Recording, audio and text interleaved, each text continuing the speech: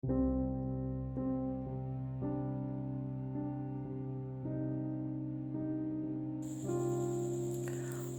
enable or disable auto-downloaded software update over Wi-Fi in Samsung Galaxy S10, open Settings. Swipe up or down home screen to access the app screen. And then tap Settings.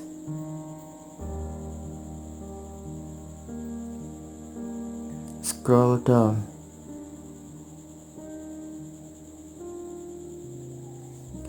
Tap Software Update.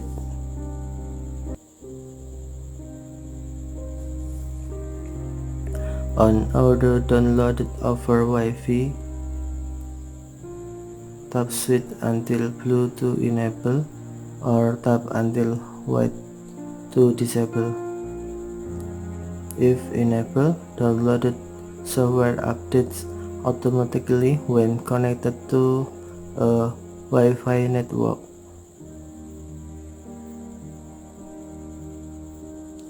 Okay, thank you for watching. Have a nice day.